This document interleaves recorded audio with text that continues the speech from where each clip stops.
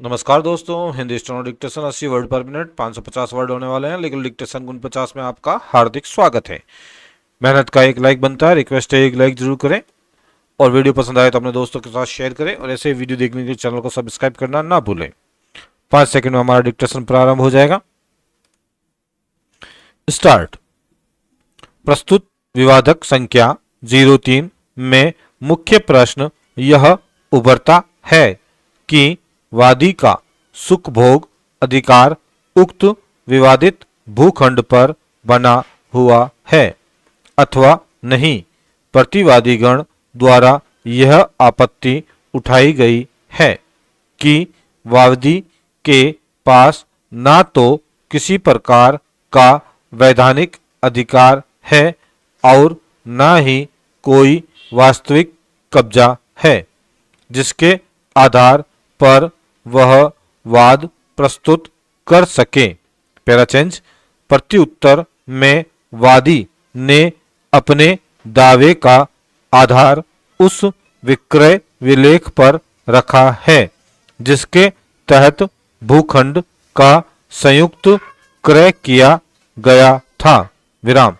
विक्रय विलेख के अवलोकन से यह तथ्य उभरकर सामने आता है कि वादी व प्रतिवादीगण के पूर्वजों द्वारा उक्त संपत्ति का सामूहिक अधिग्रहण किया गया था। पैराचेंज। सुखाधिकार अधिनियम के अध्याय 2 के प्रावधानों के अनुसार जब संपत्ति संयुक्त रूप से क्रय की जाती है और यदि किसी प्रकार का पृथक्करण नहीं हुआ है तो सभी खरीदारों का संपत्ति पर समानुपातिक अधिकार बना रहता है। विराम। इस सिद्धांत के आलोक में यह माना जाता है कि स्वामित्व में परिवर्तन होने तक प्रत्येक पक्षकार को अपने हिस्से के सुख भोग का अधिकार प्राप्त होता है। पैराचेंज। प्रतिवादीगण ने अपने शपथ पत्र में यह कहा है कि वादी का उक्त भूखंड पर कोई आधिकारिक हिस्सा नहीं है तथा वादी ने कभी भी भूखंड पर कब्जा नहीं किया। विराम। प्रतिवादीगण ने यह भी कथित किया है कि उन्होंने स्वयं के खर्चे से संपत्ति पर निर्माण कार्य कराया तथा उसमें गेट लगवाया। पैराचेंज।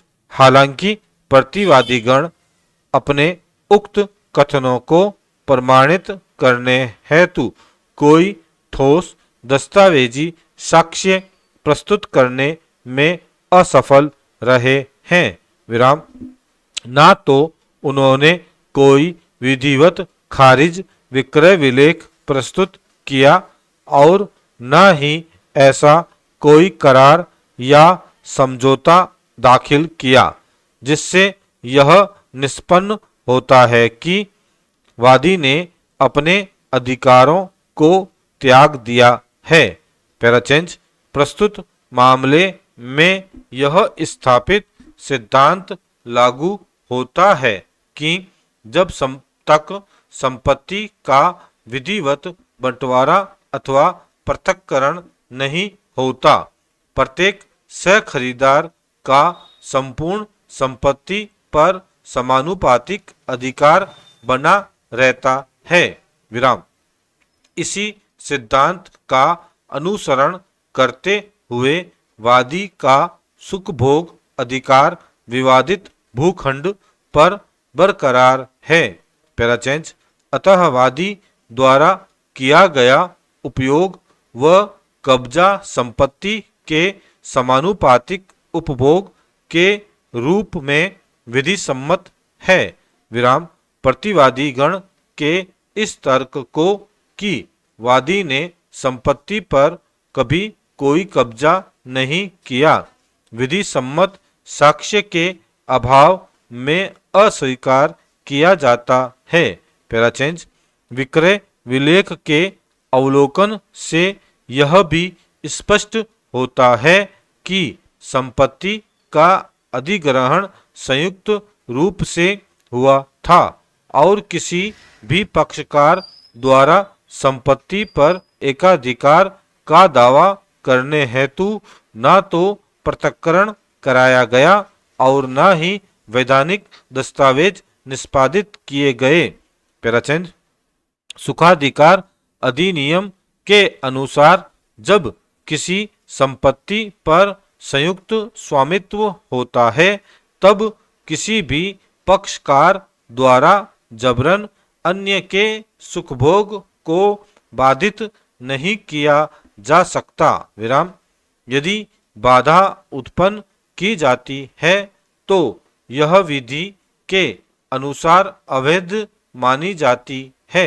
पैराचेंज उपरोक्त परिस्थितियों में वादी का यह दावा कि वह संपत्ति पर अपने हिस्से के अधिकार से सुख भोग करता रहा है प्रमाणित प्रतीत होता है। विराम प्रतिवादीगण द्वारा प्रस्तुत विवादक के समर्थन में कोई ठोस साक्ष्य न होना उनके तर्क को कमजोर करता है। पैराचेंज इसलिए इस न्यायालय का मत है कि वादी का वाद प्रथम दृष्टया स्वीकार्य है और वादी के पास विवादित भूखंड पर विधि सम्मत सुख भोग अधिकार विद्यमान है। विराम प्रतिवादीगण द्वारा पेश किया गया विविधात्मक संख्या 3 तथ्यों और साक्ष्यों के अभाव में अस्वीकार किया जाता है। पैराचेंज अतः वादी के वाद को सुनवाई योग्य माना जाता है और वाद की विधिवत परीक्षण हेतु विचारण जारी रखा जाता है। स्टॉप। दोस्तों इस प्रकार हमारा लीगल डिक्टेशन 49 यहीं पर समाप्त होता है।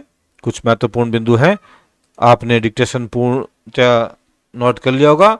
अब आते हैं डिक्टेशन को जांच करने के बारे में बात करते हैं।